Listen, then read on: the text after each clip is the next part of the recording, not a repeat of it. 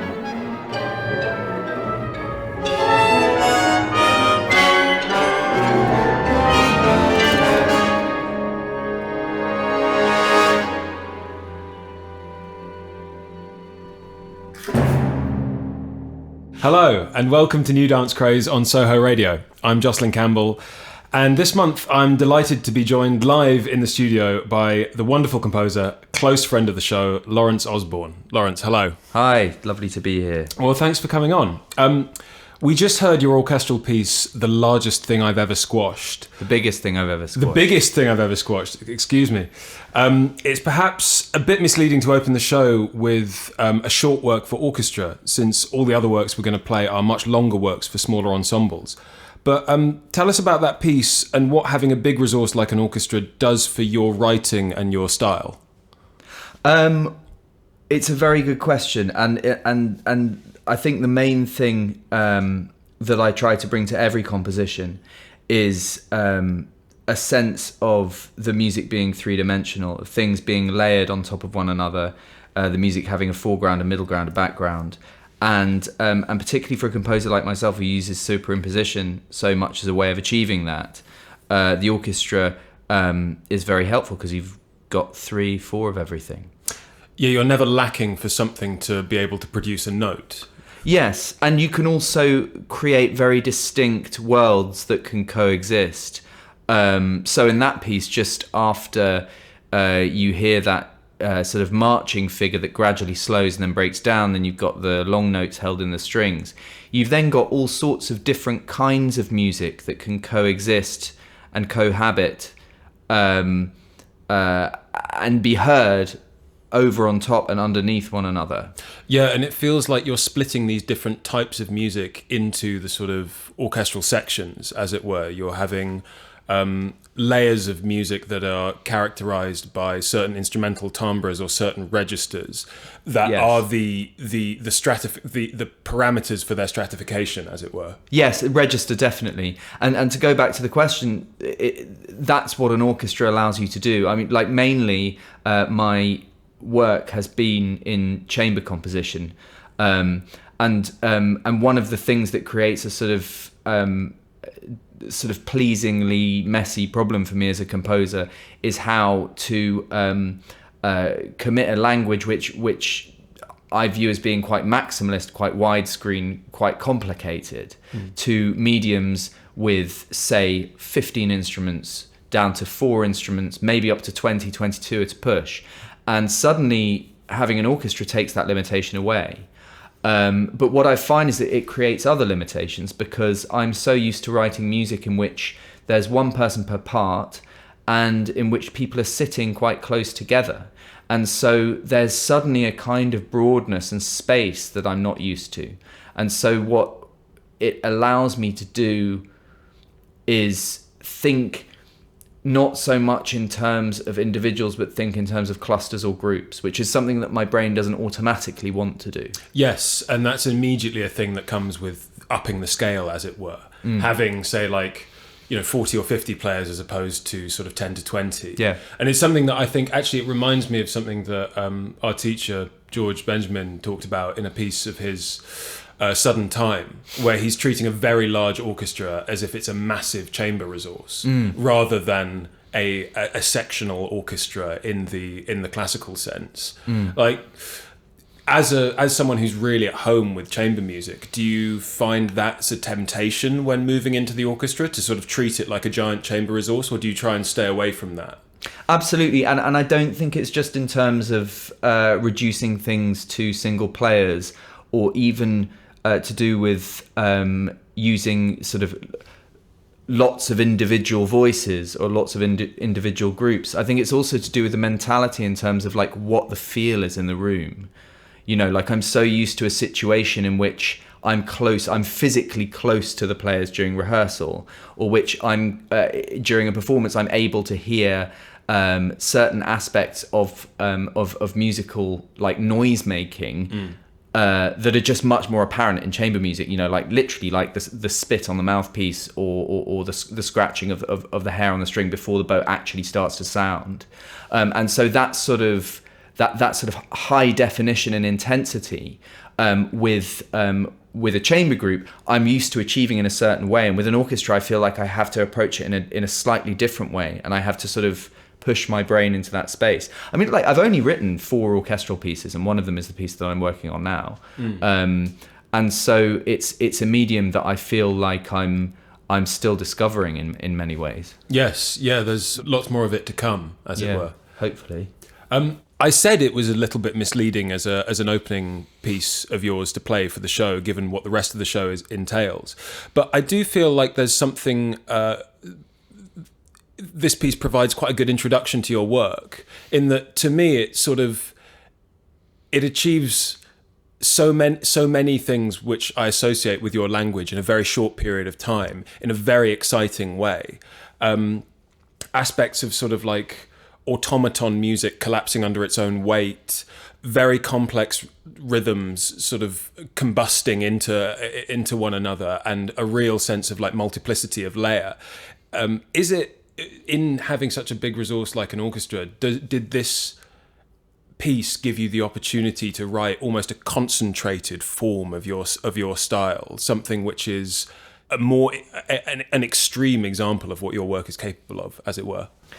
It depends on what you define as extreme. I think what it definitely did is it allowed me to explore the ideas that you talk about, which this is a very accurate portrayal of what my music's about, as I'd expect from someone who knows me so well as you do.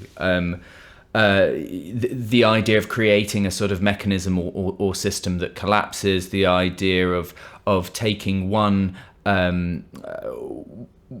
set of things, like pitches, for example, and placing it on top of another set of things, like, for example, a set of durations or rhythms, in a way that isn't comfortable fully for either, but somehow still attracts the ear.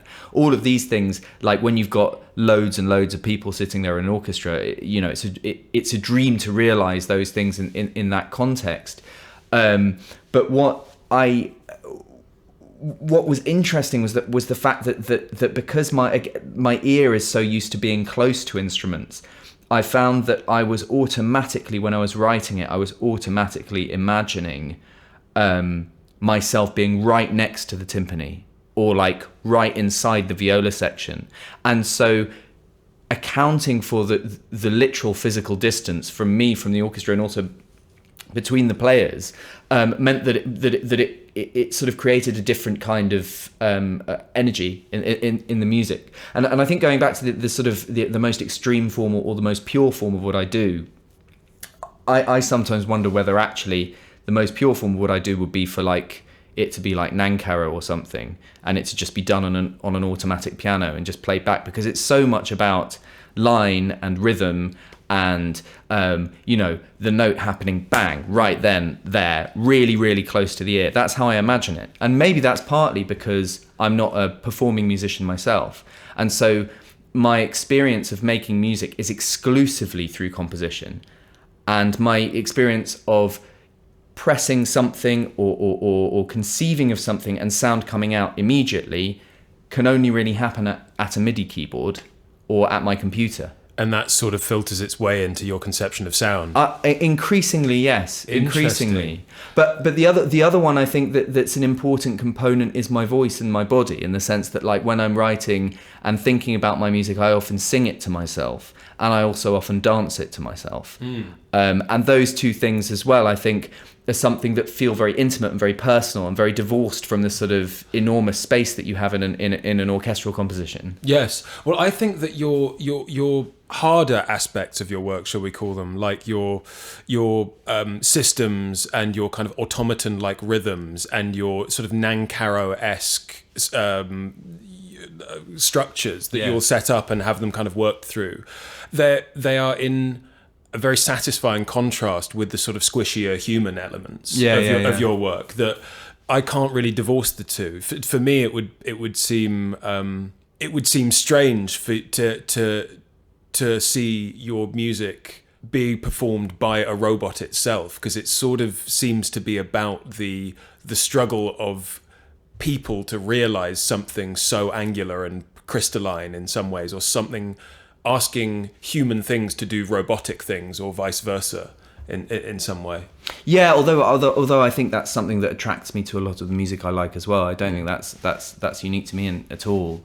And I think that's what a lot of the fun of music performance, especially chamber music performance, involves, is like watching these people, these like fallible beings trying to realize the struggle. Yeah, trying to realize this ideal that will never be fully realized.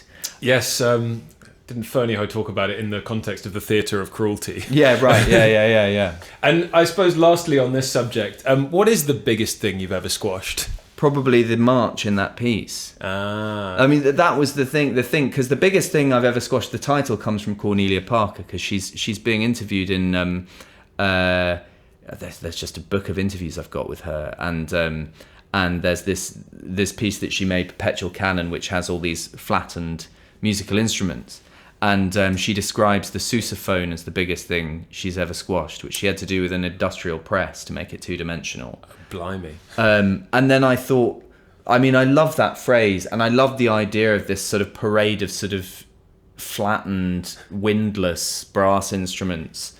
And so I deliberately took the march you hear in the first 6 bars of that piece, and I squashed it. I squashed it registrally, and I squashed it rhythmically, and you hear the bits begin to deflate, and bits of the kind of sort of stuff starts to get like replaced by sort of long, like groaning strings, and then and so I suppose that is literally the biggest. I mean, in terms of, it's lots of people performing something. It takes up a lot of space, and it takes up a lot of space in my mind. Wonderful. Perhaps we should move on to your string quartet, going from the biggest thing you've ever squashed and the largest piece on our programme, to the piece for the smallest resource, but one of the longest pieces that we're going to play. It's a 20-minute string quartet called Lakes, Mists, Bats, Daggers and Fountains, which is a wonderful title, and it's so evocative, and it's so evocative of quite a few things. It's a bit medieval or a bit Shakespearean in a way. It sounds like, you know, the kind of thing that you might find in a sort of in a D&D inventory sack. It's spooky. It's foggy. It's where does the title come from, and how does it relate to the material of the piece? The title comes from David Cairns's biography of Berlioz. And there's a bit where he's talking. It's amazing in how he sort of creates these visions of what being a sort of young artist in France at that time was like.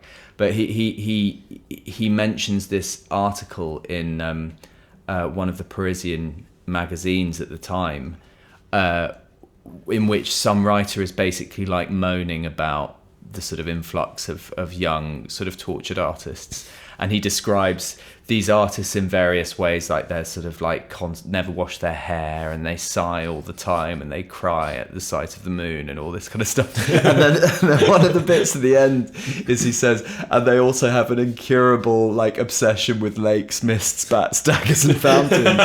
And I just thought, what an amazing parade of images to come out with.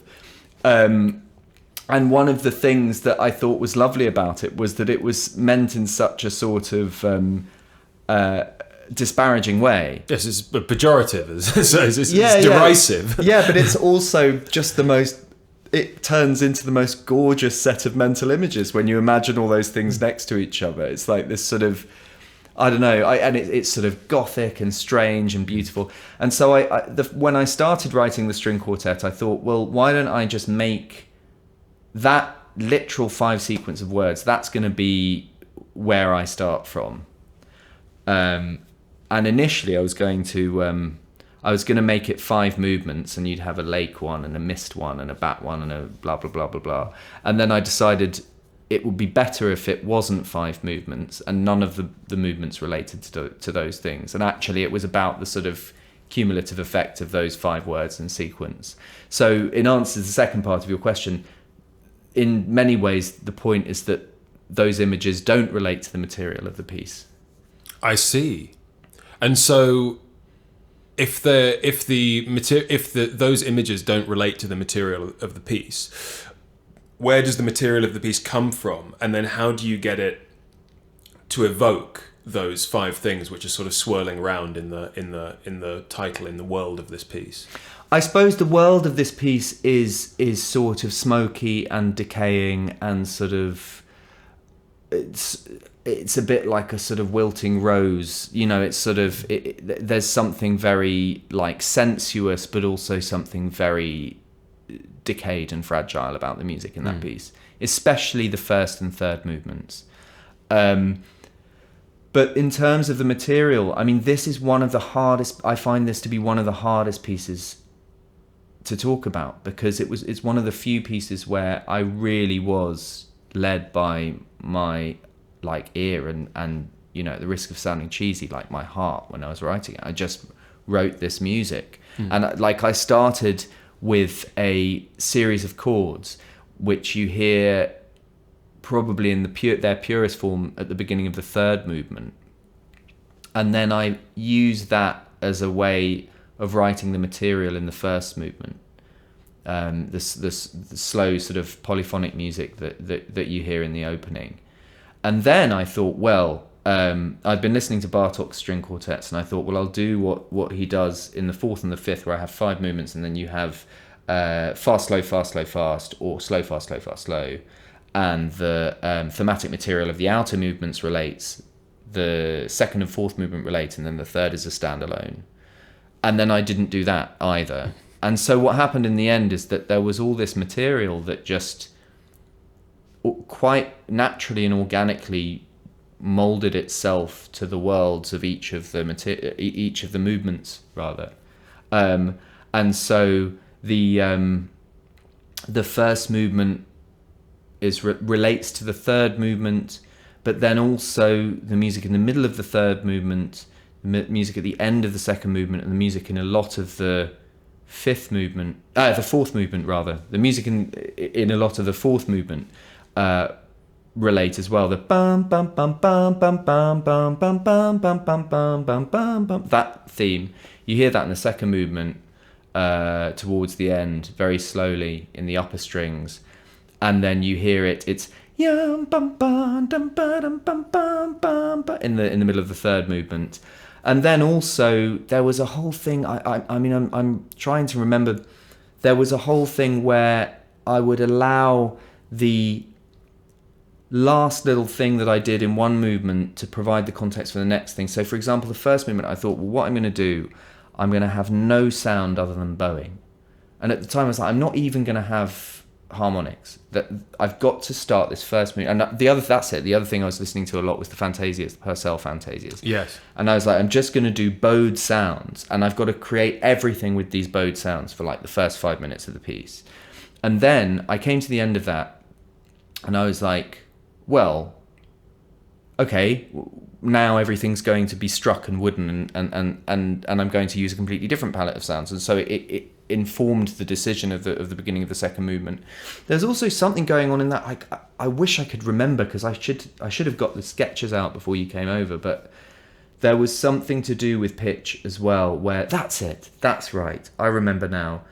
There was a thing where in the second movement, the first thing you hear is a cluster, and then gradually everything's a semitone apart. And then there's a held chord where everything's one tone apart. And then gradually it stretches and stretches and stretches until right at the end of the second movement, there's a big C in octaves. Everything's an octave apart. So gradually everything moves apart in terms of register, and it's like a wedge.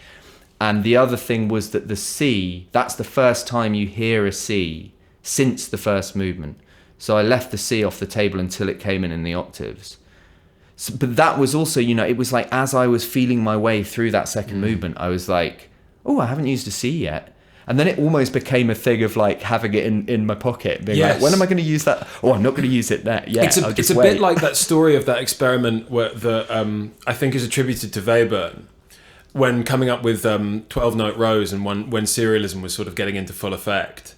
And people started discussing the idea of an 11-note row where you leave out the 12th chromatic pitch until right at the very end as a sort of a kind of post-cadential cadence. The one note in the chromatic scale that no one's heard yet, that everyone's crying out for. But of course you don't hear it like that when it comes to serialism. But I think with something that's as I suppose there's a lot of diatonicism in this work. There's a lot of tonality, and there's a lot of tonality that sounds quite ancient, and there's a lot of tonality that sounds quite modern. You're using sort of clusters and more conventional like diatonic relationships in the same area, in the same piece, and along with the same stuff. So I do imagine that actually that by denying us a C natural after having it appear in the first place, and then taking it out of the piece for then it to come back in a really important form, it does have this sense of sort of.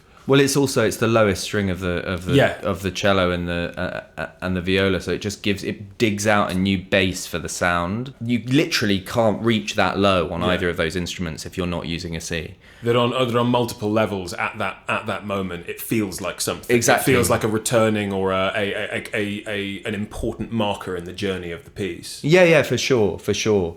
And I think it's a nice piece for us to start talking about, because it's so easy to get lost, when you're talking about your own music and you're talking about sort of the ideas or the concepts or the title or whatever, and actually so much of the time that you spend writing is spent on these sorts of structural things of like, wouldn't that be great if I did that there at that point? Yes. Rather than what does that mean? Well, the way that you describe the structure sounds labyrinthine, that you have things that relate to other things in the piece at different structural moments, that relate to different movements and things folding back on themselves. And it's rather like, and maybe another word which fits in the kind of imagery of the piece, lakes, mists, daggers and fountains, is also mazes. Yeah, although there's a path through a maze, and like I suppose I don't want to. What's nice about writing in that way is I don't want to lead the listener.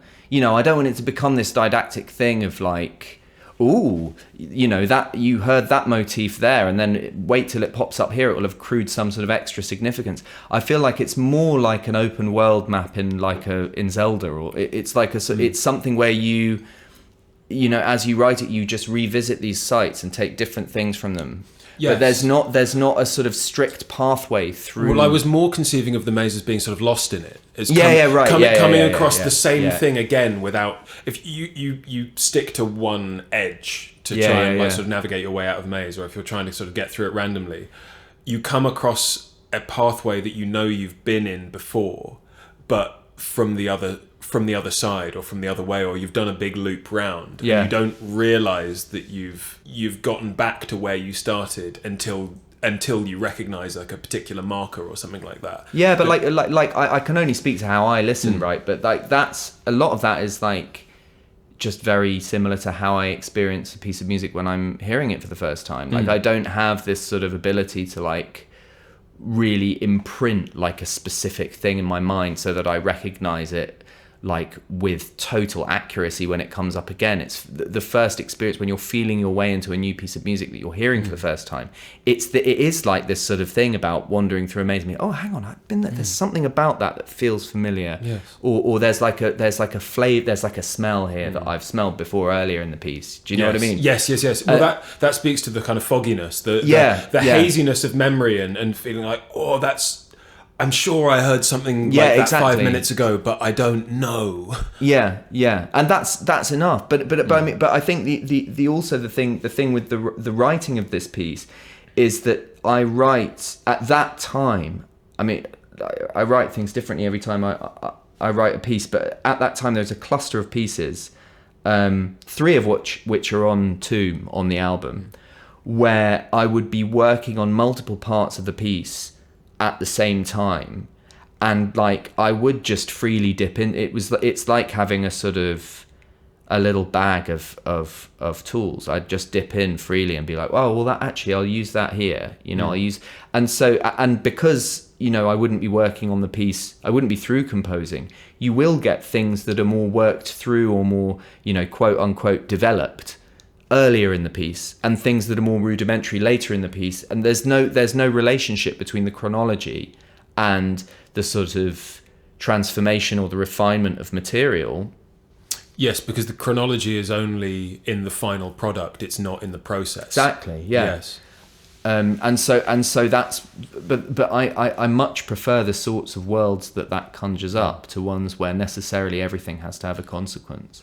You've mentioned Purcell already as something that was important in your mind, other music that was important in your mind, and the Bartók quartets. When I listen to this piece, I mean, maybe I'm projecting because I sort of come from an early music background, an early music family, but I hear a lot of early music in this piece. I already mentioned Dowland, where there's a moment which really feels like Lacrimé in there, a descending sort of wistful, sort of melancholy figure. But it's also in the way that you ask for the string instruments to be played, with a total sparsity of vibrato and a complete transparency of sound, where at points it sounds like more like a viol. That's what I was going for. Yeah. 100%. How were you trying to evoke the aesthetic of early music, or the substance of early music, or some aspect of both of it, or an evocation of the sensibility of something ancient? I don't know. I mean, I think it was more to do with what I was trying to avoid, which was that there's a particular kind of language or style or like vibe that you get with a string quartet that is so firmly tethered to Beethoven and after. Yes. Do you know what I mean? Yeah, the high romantics. Yeah, but it sort of bleeds into the sound of the great canonic sort of 20th century string quartets.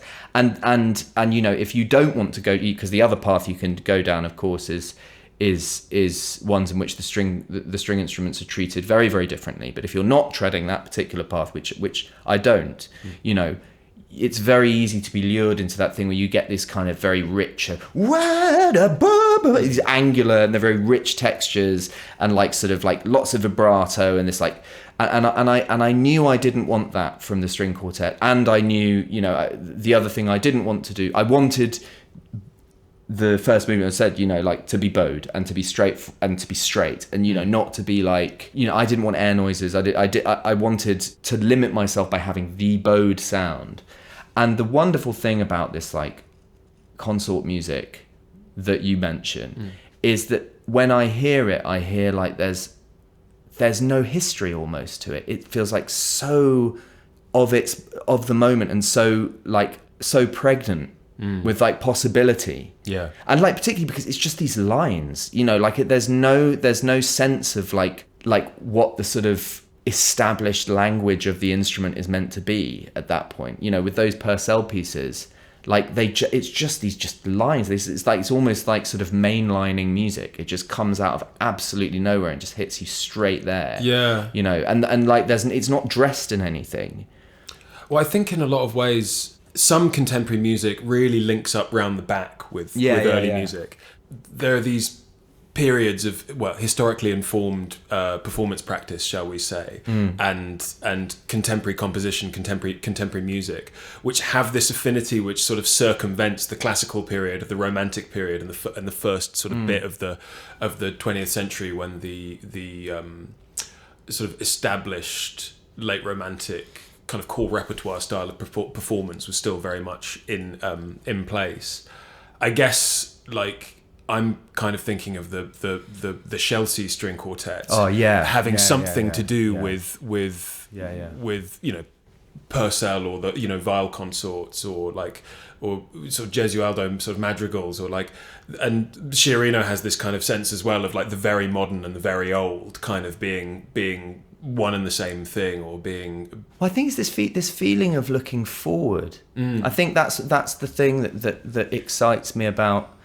It's almost like a sort of ironic thing that you know, when we talk about, you know, are you trying to evoke old sounds or ancient sounds, and you're trying to sort of make it sound like a historical artifact. It's like, I'm not actually. I think what I'm trying to do is hear the music out from the same place as those guys were. Do you know what I mean? It's as if I've gone back and gone back in time, and I'm trying to do what they're doing, but looking into the future. It's like, what would you write were you in their position, but armed with the knowledge that you have today? There's sort of a time machine of a string quartet.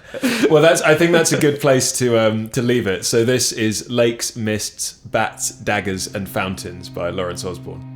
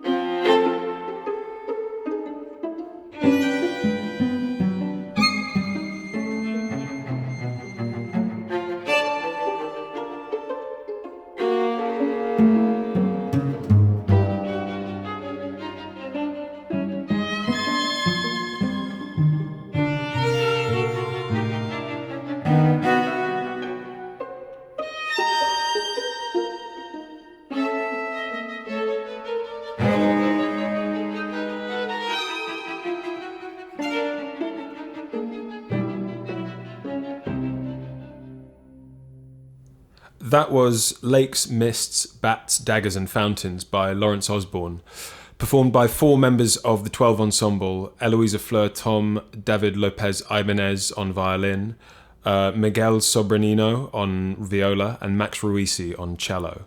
The following pieces are all from the same disc released on Delphian, featuring the same players and finally the full 12 ensemble, as well as the GBSR Duo, George Barton and Suan Rees on piano and percussion, and in the next piece, Mahan Esfahani on harpsichord, which brings us to Op Automata.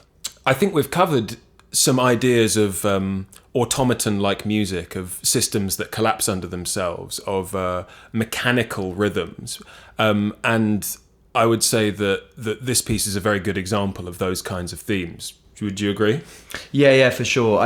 The thing that is that was the starting point for Op Automata was a story that my wife Karis told me about, being taken to see these little machines when she was a kid. Her mum used to take us to this place in Covent Garden, which doesn't exist now, where you've got all these you've got this little automated man slurping spaghetti, and a little automated man on a bicycle, and like a little automated bird in a cage, and you put a little coin in, and then they do their thing for like 15 seconds and stop. And so when Karis told me that story, it was immediately put in my mind bank for a harpsichord commission. This is the second time I've worked with Mahan, and the sort of theme that I come back to when I work with him and when I work with the harpsichord is the fact that the harpsichord is an instrument in which the sound and the mechanical source of the production of the sound are completely inseparable from one another. And it draws the ear to something that's present in all music making, really, which is that you are controlling a process that happens and makes the note. And what you might feel is a conjuring or an act of magic is actually in some ways just sleight of hand. There's just a thing that whacks a thing that makes the sound, right? And so my previous harpsichord piece, which was a piece called Automaton, explored it too. But what was interesting with this piece, with Op Automata, is the idea of a set of automata rather than one automaton. Mm-hmm. And so it was like, how can you create a structure which is a bit like wandering around an arcade, in which there are these little mechanical vignettes going on and you move between them? Yes, a bit like video game levels. How does the sound of the harpsichord fit into your music? Because it's it is still quite an unusual instrument for contemporary music. There have been a few composers that have really gotten along well with it, Ligeti being one. Xenakis has some absolutely wild pieces for harpsichord. Yeah, some real belters. But a certain teacher of mine once described the sound of the harpsichord as like two skeletons copulating on a hot tin roof. So it has its detractors. Yeah. And I'd like to know sort of how you feel about its particular sort of skeletal, wiry sound and what that does for your music. I mean, I love janky sounds. I love it. I mean, and I think the thing with the harpsichord is I don't know. I think like it's only skeletal in relation to other sounds, but then actually when you key into the sound, particularly whenever a player like Mahan, there is just so much sort of shimmering and like fragile and sort of fluid beauty that you can sort of conjure out of this thing. But I think for the contemporary composer, it's a particularly difficult instrument for two reasons. One, you've got stops, which means that often you're hearing one or two octaves at the same time. And so you have to build octave equivalents into a language which is, not usually tethered to typical or traditional notions of harmony, right? Yes, Boulez would be turning in his grave. Right, yeah, exactly. And so if you want the thing to sound loud in an ensemble. But the other thing about it is that there's some that it's not like the piano in the sense that like you can't just like smack like 7 different pitches and expect to hear them. And this is the problem that I always bring up with the Carter double concerto, right? Which where I think we were sat next to each other when we went to see the Riot Ensemble do it at LSO St Luke's years ago. Not next to each other, actually. I was sat with my then girlfriend, and we were in hysterics at sort of how abject the sound of it was. I've come to love that piece, like to really adore that piece, but it took me a while. It's a bit of a slog, that piece, I think. I love it. I mean, but the thing that I find difficult with the writing is like because the writing for the harpsichord is so dense. Like you hear this like every time they play the chord, like on the recording. Every time you hear the chord, it's like you don't hear the individual notes. Yeah, you can't hear the notes in that piece. It's way too dense. But that's what's lovely about the harpsichord is it forces you into this situation where you really have to choose, and you really have to think about where the notes you're going to write for this instrument are going to sit in terms of register, like what they're going to do in terms of pitch as well. Like you can't really have more than 4 individual pitches going on at the same time, I find anyway.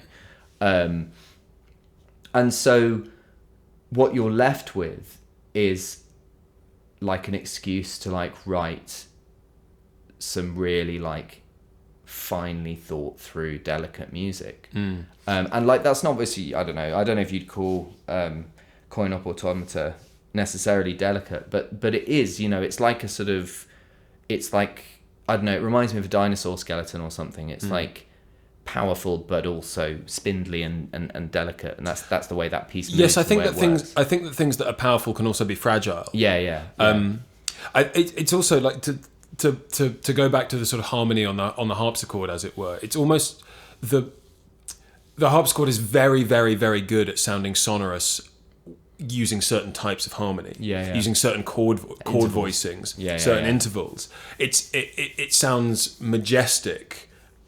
It sounds majestic when Bach uses it, for example. It's just the Brandenburg concertos are they sound like nothing else, and the harpsichord at the core of that ensemble is just it's luxurious, it's luscious. Whereas if you look at a piece like I don't know if I'm pronouncing it right, but Kohai, the Xenakis piece, which is it's so brutal and dry because everything is sort of just exposed semitones, and he really leans into the kind of skeletal dryness. He's leaned into to deliberately making it sound as dry, as sort of bone dry and spindly and kind of violent and aggressive as possible in playing, in sort of asking someone to hammer the keys and just playing naked semitones. And it seems to me like you've got a choice of one extreme on that spectrum, another extreme on that spectrum, and then a lot of things that kind of pitch in between. Well, and I think the other thing is that it's an instrument that is sort of tethered to the idea of basso continuo. Yes. And the idea of like creative, like there being a certain level of creative agency with the player, and sort of the feeling of building a sort of harmony in motion, if you like. Yes. And so I feel like that's the other thing that you've got to unlock with the harpsichord, which I only really learned through writing for it, which is that there has to be some level at which you allow the player to take the material, and to move the material. I'm not sure like how, like, because Coin Op Automata isn't a harpsichord concerto in the same way that Automaton is, and I feel like Automaton gives the harpsichord much more of a solo role. Whereas Coin Op Automata is more an exercise in blending and figuring out how you can essentially replace the piano in a piano quintet with the harpsichord and what that brings to the sound overall. Well, with that in mind, let's hear Coin Op Automata by Laurence Osborn.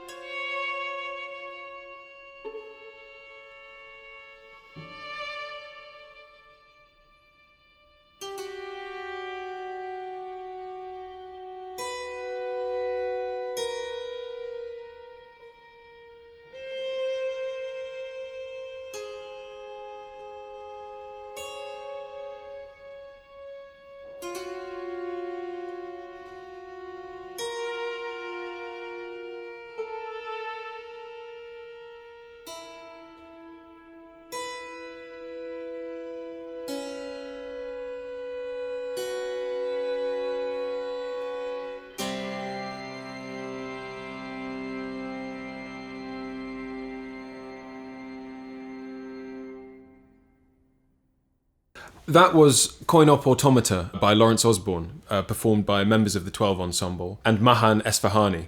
Moving on, we're going to play Me and Four Ponies, which is an earlier piece from 2018, which I distinctly remember talking to you whilst you were writing it. Which is from a harpsichord quintet to a piano quintet. And I think Me and Four Ponies has a really interesting relationship with its title in that it's exploring juvenilia. And the title is a sort of deliberate, childlike spelling of of quite a sort of naive scene that you might find sort of like a child's drawing attached with the fridge magnet to the family fridge. Tell us how you look back at your own juvenilia and came up with the concept of the material for this piece. Well, this piece was written at a time in which it's part of a triptych, which I was writing all the way through 2018. And all of these pieces dealt with childhood in some way. There was a piece for two choirs called Juvenilia, and a piece for large ensemble called Kindertotenspiel. And Me and Four Ponies was, I think, it was the last of those pieces that I wrote. And in terms of looking back at my own children's art, I suppose it wasn't so much about looking at the art and observing it from the outside, but it was more trying to reach a space in which I could embody that feeling of creating for the first time. And one of the things that I talk about in the program note, and at this stage, it sort of feels a little bit, I always feel like it feels a bit silly coming out of my mouth because I've said it so many times in writing, but there's something about the way that children draw. And I experienced this a lot actually, watching my two sons draw, where there's a total fearlessness, a total commitment, but also there's a total feeling of being in the moment. And so the scale of the thing, the colour of the thing, the subject of the thing can just transform at any time. And the consequence doesn't matter in the same way as it would to someone like you or me, who is a grown-up.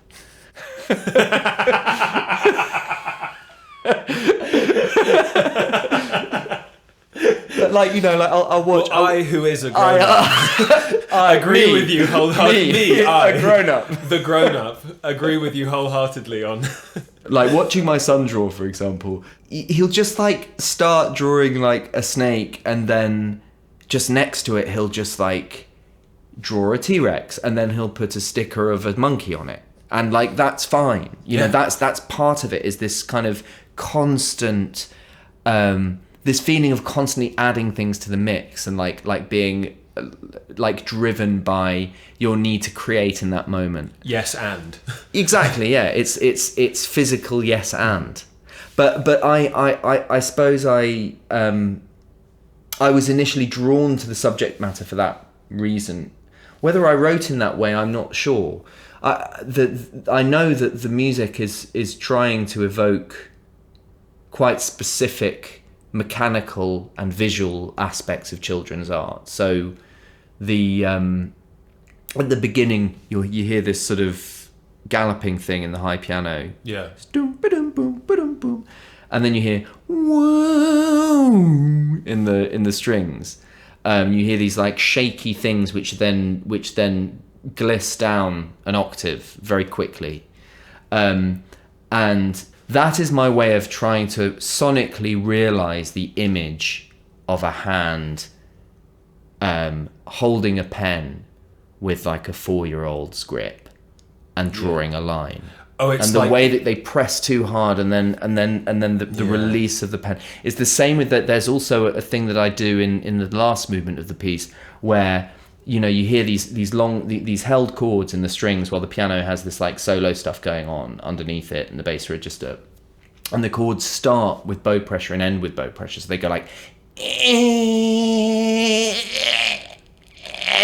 that, sort of and it's the same thing. It's like there's a sort of peculiar sort of mechanical analogy between the drawing of the bow across the string and the drawing of the crayon across the paper. Yeah, well, they're musical, textural parallels to the processes of a child drawing, or metaphors, as it were, sort of sonic metaphors in the forms of techniques or gestures that mirror the procedural palette of a child's approach sort to drawing. of, yeah. I mean, I would even feel slightly squeamish about calling them metaphors, because there is something that's almost translations. Maybe. Yeah, exactly. Yeah. They're not metaphors. They're sort of literalist translations. Yeah. I tell you what's a metaphor actually is the solo in the second movement for the child's violin. There's a bit where Eloisa does it absolutely perfectly on this recording. She's using a quarter-size violin, and she's told to solo throughout the second half of the second movement entirely on the lowest string of the instrument, but it's right up in the register of the highest two strings. And so the fact that the player is fitting an adult hand to an instrument means you always do get this kind of like almost like everything is too much. Like the movement of the hand is always too much. The vibrato sounds too much. And I suppose that's more of a sort of metaphorical take on it, I suppose. Yeah, that sort of falls in line with the with certain traditions in modern music of in order to explore some sort of source material or some sort of metaphor or some sort of programmatic context to make a performer's instrument harder to play. Yeah. This device of having an adult playing on a quarter-sized violin has a sort of there's a perversity to it, and it does something I to think the sound. The perversity comes from the fact that the musicality, the ear, the intention are clearly the work of an experienced adult musician. Yes. But the sound that comes out is the sort of sounding envelope of a tiny violin being played by a child, and so there's something quite disconcerting about that. Well, that's what I hope. There's something quite disconcerting about that combination. That was definitely what I was reaching for. Well, there's a sort of maybe creepiness is the wrong word, but there's a wrongness at times to this sort of juxtaposition of kind of quite tough, angular, kind of sort of hard-nosed, sort of sophisticated, kind of late modernist style of writing with the naivety or innocence of childlike tropes, and of those things kind of being smashed together, which I think has been, there's a lineage of it in modernism as well. I mean, if you look at like Burt Whistle's Punch and Judy, for example, like kind of, there's loads of it in Ligeti as well. Yes, exactly. Yeah, kind of like sort of kiddie things being sort of being forced to sort of lose their innocence through sort of like kind of the rigorous extremes of sort of modernist music. There's a tension there. There's a dichotomy. There's something which has quite a sort of an arresting and sometimes abrasive. But I think that in some ways that relegates the significance of the childish sounds. Like childish sounds are just some of the most beautiful sounds. Yeah, and I would like agree a child's voice singing, or like or even like the sound of like, I don't know, kids mucking about. It's just like there's something incredibly beautiful about those sounds, and so like there's a way of finding that sort of. Well, there's a way, and particularly in this piece, but I would say in other pieces as well. It certainly comes up in Tomb, and also in The Biggest Thing I've Ever Squashed as well. Actually, there's this thing of like trying to reach a sort of playfulness, and a sort of sounding playfulness, if you like a kind of and a sort of and a sense of, I suppose, like for want of a better word, a sense of fun, really. Yeah, no, I think that's definitely in there. I think it's not all perverted innocence. Exactly. A lot of it's pure. Yes, yeah, and I really, there's when, like, if I'm talking about like my mental state when I'm writing that kind of stuff. Absorb is another good example of a piece like this, where like it's not like I'm sitting there being like, oh, this is going to be a bit weird. It's like I'm sitting there being like, I love this. Like I love these sounds. I love these sounds when I'm using them with these harmonies. Like, what an extraordinary mixture for me. The emotionality of it becomes quite complex though, because like with Absorber, I'd say that there's there are naive and kind of childlike sounds in there, but it's also an incredibly like depressed piece of music. Yeah, it's the darkest piece I've ever written. Like Absorber is there's a real bleakness to it. Yeah. And which makes the kind of the innocent aspects of the sound or the naive aspects of the sound sort of even more heartbreaking. It's almost like sort of God, what, like it's like trying to remember what feeling depressed as a child is like, or something like that. That there's an emotional sort of pathos in it that really hurts. There's a thing with that piece that I kept thinking about, which was the feeling of being ill at school and having to wait for your mum to pick you up. And like you're looking at the wall and like you feel terrible and you want to cry, and like maybe you've been sick, or like, and like there are all the like really cheerful posters on the wall, and there's like the rustling going on in the like in like the sort of like the like head teacher's office or whatever. There's like a bit of rustling going on, and there's the sort of homeliness but also the alienatedness, and like you're sitting staring at that school wall like waiting for your mum to pick you up. That's what the first movement of that piece is like in my mind. That's a very, very particular and evocative image.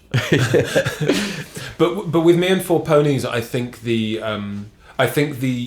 sense of innocence is much more sort of dynamic. Yeah, it's much less depressed. It's much less sad, and it's sort of ecstatic and kind of almost kind of enraged, or it's sort of the needle kind of flips between feelings of sort of excitement or kind of like or ecstasy in some ways, and then I don't know, kind of like frustration or I think particularly in the last movement. Yeah, the end of the last movement is really sad, I think, and it's partly down to, I mean, I felt, you know, when I wrote that at the piano, and you've got these you got whoop whoop whoop whoop whoop doo doo doo, you know, all that stuff that goes on over these long held piano chords, and I remember writing that at the piano, and like, you know, I was probably having quite a bad day. And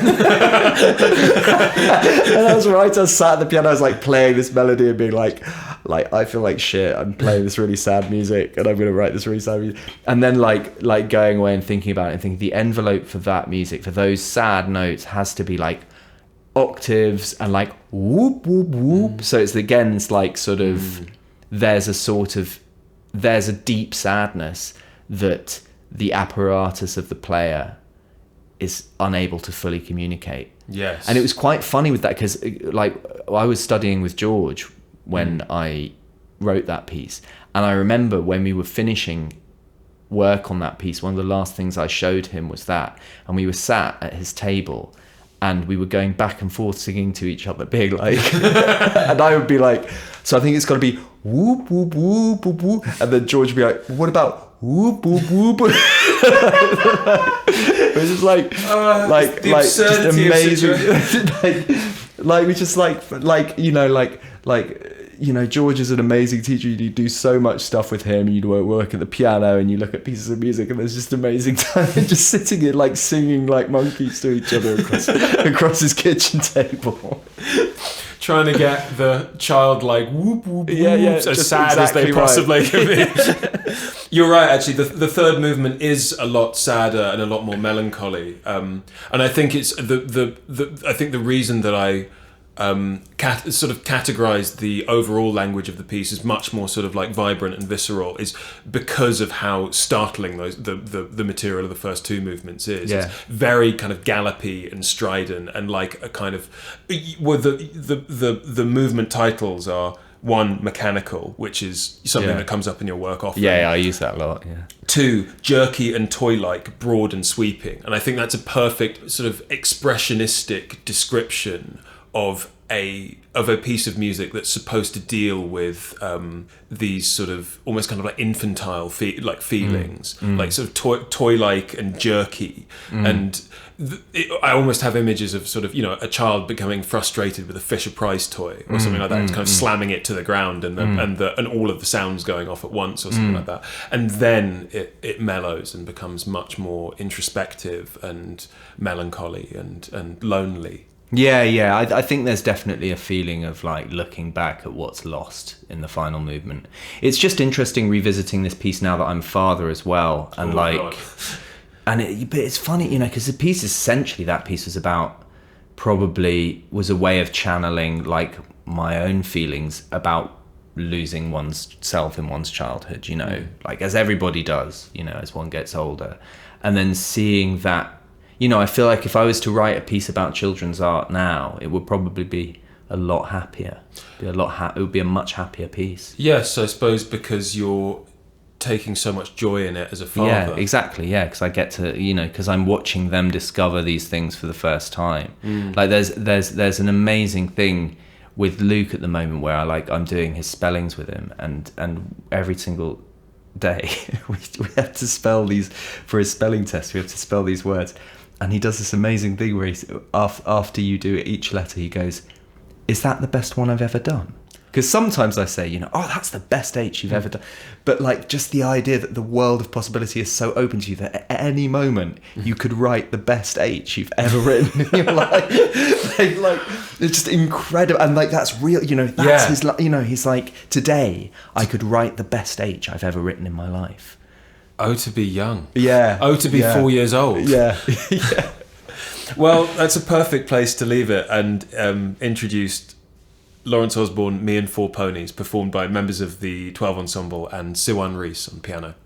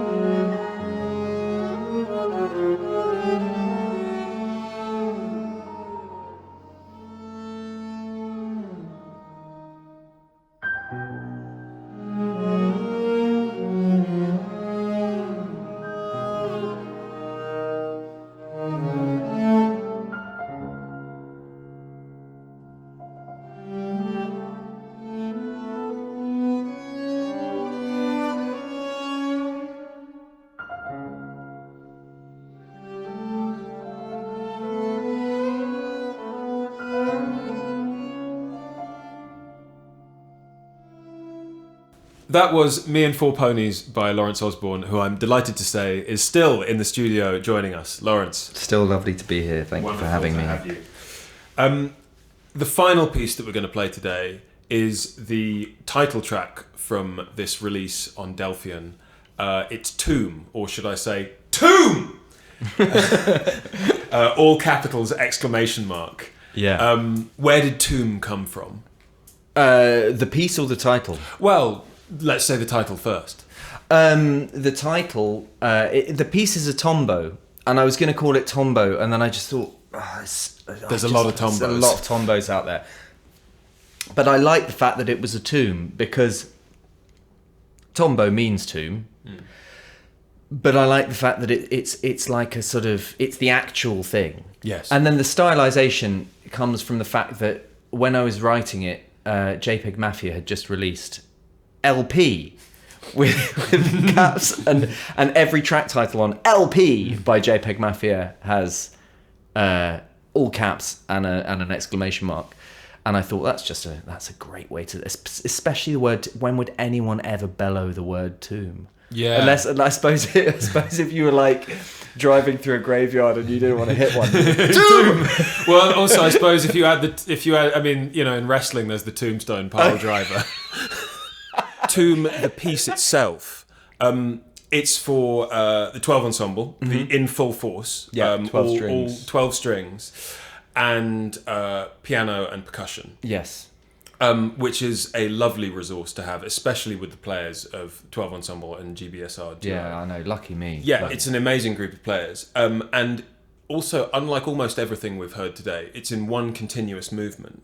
How does it differ not segmenting your work and committing to essentially one long-form strand of music, which is so complex and so beguiling throughout? That's a great question. And the interesting thing is that the piece wasn't going to be one movement. It was going to be a dance suite, because it was going to be much more like a traditional tombo, being the musical genre. I mean, the musical genre that probably most of us know the most, at least in composing circles, from Ravel's Tombeau de Couperin, which has various kinds of Baroque piece in it. And so Tomb was going to be like that. It was going to be like 7 movements with these kind of archaic titles. And that's still there in vestigial form over the first sort of 10 minutes or so of the piece. But the wonderful thing while writing that piece was that there was just something that just struck like halfway through, where I was like, no, these need to bleed together, and then we need to go somewhere completely different. And so the first half of the piece really can break down into 3 segments. You've got this Passacaglia at the beginning, and then you move via metric modulation to this bit, the second section. You hear da ba da ba da ba ba da in the piano, and then this sort of dancey music starts, and then you've got this gigue, which again moves there via metric modulation, where everything's like, and that's where the melody da da da da da da da da, that all that stuff comes in. Yes. And so when writing it, I was like, right, okay, so it's going to be a suite where everything bleeds together. So then I know it's in one movement. But then I reached the end of that, writing that gigue section, and it's all going bam ba bam ba bam ba bam ba bam ba bam ba bam, and then you get this bit which I was so happy with, because the whole piece is sort of trying to create these sort of strange, like ghostly, undead, zombified sounds. And I was like, well, the rhythm is going to trip up over itself. Bam ba bam ba bam ba bam, and then it groups into 5. Bam ba bam ba bam ba bam ba bam ba bam bam ba bam bam ba bam bam ba bam. And I remember like writing that bit, and then I was like dancing around my room going ba ba ba ba ba ba ba ba ba ba ba ba, and I was like, that's the new, that we have to go in, that has to be the tempo. Glum glum glum glum, and everything after that point is different. Yes. And so then it was like the whole structure, and so you know, there's this swirling mass of all this stuff going on, and then suddenly, glum, and everything's moving together, glum glum, glum, glum, glum. And then like that was like, well, I've started these like pizzicato quavers that are going to move down through the, and I knew that I wanted them to go right from the top all the way down, because hopefully we'll come back to this later and I can explain this aspect, but the use of depth and resonance is very important structurally to the piece. So I was like, well, it's going to come all the way down, glim, glim, gling, until eventually it's going, and it's going to slow down until eventually it's going boom, boom. So I mapped out this sequence of chords and this sequence of lengthening durations, and then I was like, oh my god, I've got like 4 minutes more music here. But there's nothing else other than this thing that I've mapped out, which is just this sequence of regular chords that gradually lowers in pitch, darkens in timbre, increases in resonance, starts to boom, and while it's doing that, it winds down like a clock, and each subsequent blank gets further and further away from the last one. I was like, well, I've got to weave some music into this. And then I'd been listening to Orfeo, Monteverdi's Orfeo, a lot to get myself into the world of the piece, because this is another person, another character who goes down into the ground in search of something dead. Yes. And I was like, well, that's what I'll do, is I'll weave a very, very famous aria from Orfeo into that section. And so that just suddenly, just those two decisions just gave me this tailwind that just drove me all the way through. And then like, you know, that was it was funny actually, because the first 10 minutes of Tomb took me literally like 2 months to write. And then the next 5 minutes took me 3 months. And then the end took me a month. Wow. Yeah. By that point in the piece, it sounds like you really discovered what you were doing and what it was about. And like I think you can hear it, and like there's something about that piece which is there's so much energy. Like I feel like you can hear the energy that I had behind me when I was writing it, and like I don't think that's the case in everything I've ever written by a long stretch. Like Op Automata, for example, and Lake's Mists as well. Like those two pieces, you can hear the sort of eking out of it over, you know, what I talked to you before about, with the sort of thing of having this sort of grab bag of materials, and every day you sort of turn, you chip away and say, oh, I'll take that and I'll put that there and I'll feel my way towards it.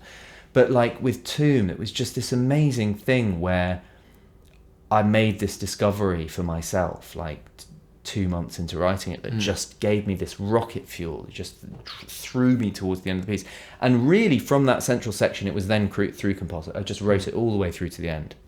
It almost sounds like that's one of those points where I've had this once in a while, where it feels like you're almost discovering a piece of music rather than writing it. Yes, exactly. Yes, exactly. That somehow the piece of music already exists. And yes, exactly. You're just realising it. You're just there to sort of chisel away at the material that it isn't. To reveal and I find that personally, and that's very rare for me, because I find composing very hard. And like often I sit there and I stress and I fidget and I sweat over it. I like bang my head against the wall and stuff comes out, you know. But like sometimes, you get this thing where it's almost as if it's almost like muscle memory, or it's like you're sort of like it's some like very ancient sort of biological process in you that's been activated, and you just like, you know how to do it. Yeah, you're just doing. You are. It's when you truly know what the music is and how to do it. Yeah. And then you can just you turn into almost a different type of artist.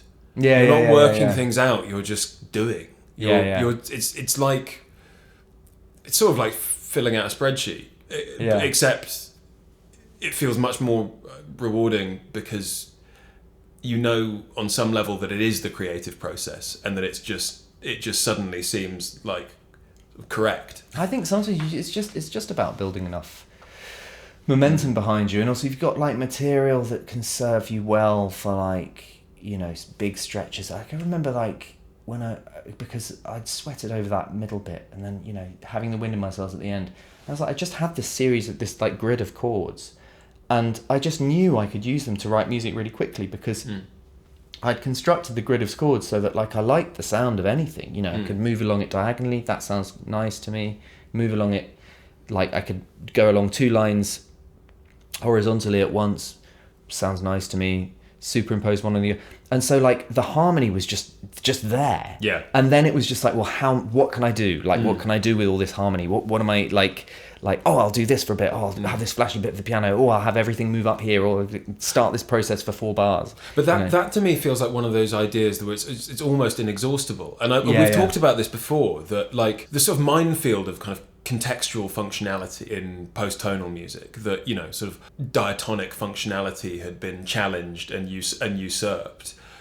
It seems to me remarkable that people were inventing these incredibly novel ways of developing musical material, and then were using them for a piece or even a movement of a piece, and then immediately discarding them, of just being sort of like, right, great, that's done. We've got 5 minutes of that type of music ever, and now we must come up with something else. And it seems like when because I sort of make a point of, when something works, I use it for several pieces, and sometimes I'll come back to it in a big way. Have you thought about reviving this system, as it were, and doing something born of TOMB but in a different context? I have revived some of the methods that I used in it, but in some ways as well, that piece was a culmination. I mean, the thing is that piece is that the theme of it, which is the idea of like resurrecting and reanimating these dead musics, and sort of highlighting the sort of perversity of it. Musical necromancy. Yeah, musical necromancy, exactly. Like, was sort of the culmination of ideas that I've explored in previous pieces, some of which you've played today, like Op Automata springs to mind, for example. Also Automaton.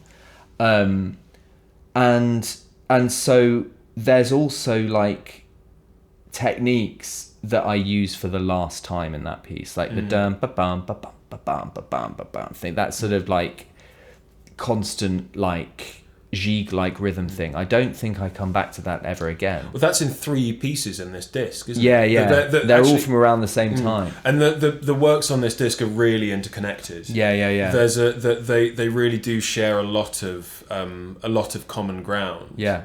And I think that TOMB has its sort of DNA in aspects of all of the pieces on this disc. Like, it has a lot in common with certain bits of lakes, mists, bats, daggers, and fountains in its aesthetic as well as some of its material. There's a sort of, you know, kind of a dusty old leather-bound tome in a kind of haunted library. There's spooky. Spooky stuff. Crypts, necromancy, sort of, you know, like daggers, and so it's that's in there, and this channeling this sense of ancientness or antiquatedness in a very current or modern or much more modern way. Yeah. It's sort of in the way that you kind of treat the harpsichord and strings, but sort of really expanding it to a much larger ensemble in this case. But I think also on a musical perspective, there's a real that like in TOMB, and because Lake's Mist was written after TOMB, like in TOMB there's like a thing where I really enjoy melody, and like there's these like of just coming up with tunes. Like, it's so nice to like be writing music and just sit in your room going ba da da dum ya da da dum ya da da to yourself. Or boom boom boom boom boom boom boom boom, you know, all that kind of stuff. Like it's just like there's a sort of, I don't know, there's a sort of freedom and nakedness in the writing of that piece that I still am pleased with and feel, and it still makes me smile thinking about it, you know. Well, I think it's one of the most you pieces you've ever written, and that's saying this as someone who I suppose I'd like to think I really understand where you're coming from musically. You know, I've heard a lot of your music, and I've been with it and around it for a very long time. And I think you have a very defined sense as a composer, stylistically. Your music sounds like your music. Yeah. But there's something about TOMB in particular that feels like, that's a Laurence Osborn piece. That's good to hear. That's got it. Yeah, I know what you mean. It's the concentration of a lot of things that I like to hear and like to do and say. Yeah, well, it's nice that you consider it a culmination piece, and it's the last one that we're going to play on the show. That it really does, on some level, summarize kind of everything that you're about. As a composer, it's got all the stuff you like in it. Yeah, for sure. And the thing that it really hits with it when I listen to it again now is that the kind, it's also got like this like sentimentality in the middle of it, and like I suppose like a love of things that like sound nice and beautiful and good.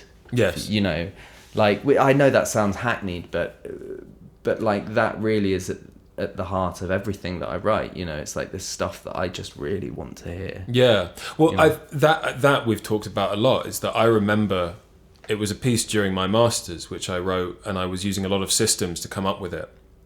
And actually, my opinion on it has since softened. Looking back, I actually think it's quite a good piece. But I remember thinking when I first heard it, about 15 seconds of every 1 minute is what I really want to hear. Yeah. And the rest of it is sort of justifying those moments. Yes. Is such a good way of putting it. Yeah. Is like intellectually setting them up so you can have them. And after that, I sort of just decided, screw the intellectualization. I'm just going to have I'm going to make sure every moment of this piece is what I want to hear. Yes. And focus entirely and completely on the sound. Yeah, that's and it's so interesting that you bring, because I had exactly the same experience as a young composer. You know, when you're a student, you're writing pieces and you're like finding your way towards those moments where you're like, that's it. But there's almost like, I don't want to use the word shame, but there's almost like a sort of suspicion about those moments of like, is that really it? Can I have that? Yeah. Yes. Yeah. Can I just do that? Am I allowed? Yeah. I mean, sometimes I suppose, like, I think when you're coming to composition through, you know, the sort of the university system or the conservatoire system, being there can sometimes be an overemphasis on justifying your material. Yes. On taking your score to a tutor and sort of having to fight for every note that's in place, or fight for every bar of music, being like, being trained to say, that's there because this, or that this justifies that. Don't worry, I can show my working, almost mathematically, that this material belongs there. You can, quote unquote, objectively justify its existence as material. Whereas something in me changed. At that point I mentioned, something in me changed to just want what I want to hear. Yeah, I had the same transformation, where you're suddenly like, you don't need to pretend anymore. It's like falling in love. You're just like, I just need to do this. Yes. You know, this, like, I'm devoted. Yeah. But then it becomes harder, because then it's like suddenly, then you really have to make sure that you're working towards that the whole time. Yes, and if you are using systems, you need to make sure they're always in service to the sound. Yes, exactly. And not a kind of, well, how do I put it? The system serves the sound, not the system itself. Yes, exactly. Yeah. Or that the music doesn't serve the system. Yes, in exactly, some sort of perverse sort of role reversal. Yes, exactly. Well, the problem that people have with Darmstadt modernism, which for all my sins, I'm a huge, a huge fan and advocate of. But you know, there's that joke that they were more interested in their graphs, which plotted the piece, than the sound of the pieces themselves. Well, and also, but also, I think that there's like on the other side, there's like an over reliance on if you rely too heavily on the sensuous experience of hearing things that you predict and want to hear, you actually don't force yourself into any new corners as a composer to find new things that are exciting to you and attractive to you. Well, therein lies the crux, right? That you should be, you should still be inventing things that challenge your ear. Yes, but you yeah, should yeah, be yeah. learning how to fall in love with them sonically. Yeah. And compose with them in a way that Yeah. that once you've found out what the sound is, that puts the sound of them front and Yes, center. exactly. Yeah. Yeah. Well, I mean, I think that's a lovely way to wrap up our talk and leave the listeners with Tomb by Laurence Osborn. Laurence, thanks again for coming on the show to have a chat. Thanks for having me. It's been such a lovely conversation.